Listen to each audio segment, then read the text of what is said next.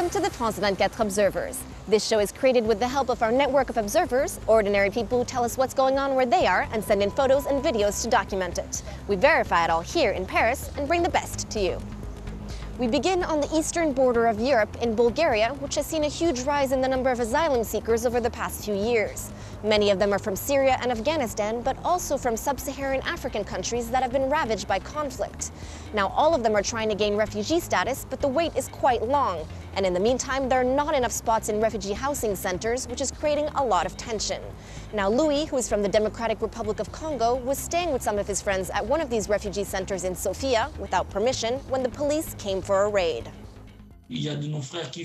Some of our brothers have the right to stay at the center, so they smuggle us in and hide us so we can spend the night there. One day we woke up and police officers were there. One of them told us they were just doing some checks. They rounded up all the Africans who were sleeping at the center illegally. I managed to hide in the bathroom, but unfortunately many of my brothers were thrown out. We were just asking for our rights, since we're here in Sofia with the government's permission.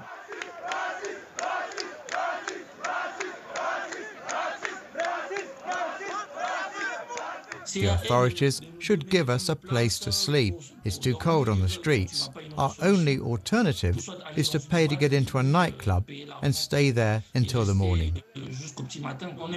We fear for our safety. Most Bulgarians hate us. They call us apes and spit on us. This is also obvious when you see how long it takes to process our asylum requests. It can take months. The procedures go slowly for Africans, but for others, for example Syrians, it's much easier. In 2 or 3 weeks, they get their papers sorted. I don't understand why this is. I didn't think that in the 21st century we could be treated the way we are being treated here in Bulgaria. Even in Africa, people don't treat foreigners like Bulgarians treat us black people. A park threatened by a construction project, and protesters that are as jovial as they are determined. This may sound a lot like the start of the protests in Gezi Park in Istanbul, but in fact it takes place in Tbilisi in Georgia. A real estate developer started building a huge hotel in the middle of Vake Park on a parcel of land that was sold by the city authorities. But protesters quickly blocked the construction. Our next observer is going to show us around the protesters' camp.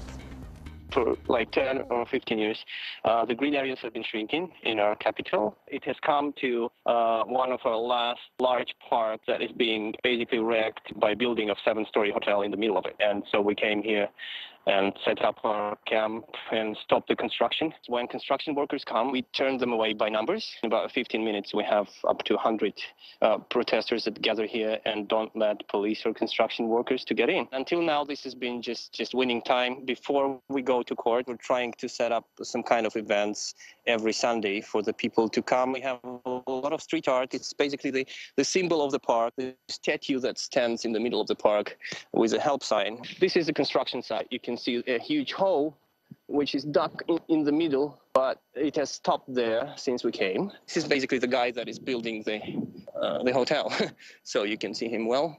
And then this is one of the roadblocks that we have made so the construction cars can't get in. More than 7,000 people have signed our petition online.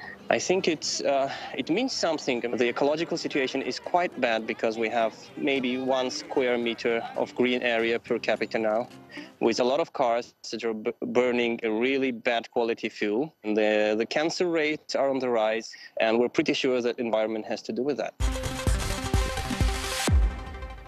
And now a roundup of some of the other images sent in from around the world this week by our observers. We start in northern Iran in a village called Apganar.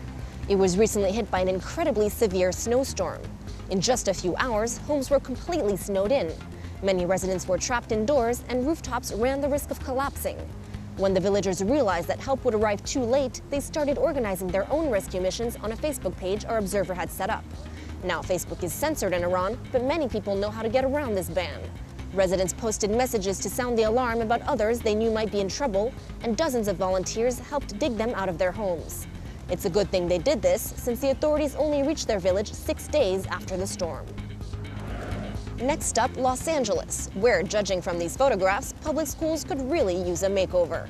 Teachers have taken to using social media to post pictures like these ones and express outrage over the fact that the school district is spending millions of dollars on equipping students with iPads, while basic hygiene doesn't seem to be a priority.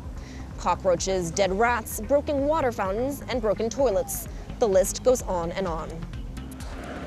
Last stop, China, where 2 Russian daredevils were filmed climbing Shanghai's tallest skyscraper. If you're scared of heights, I suggest you close your eyes now.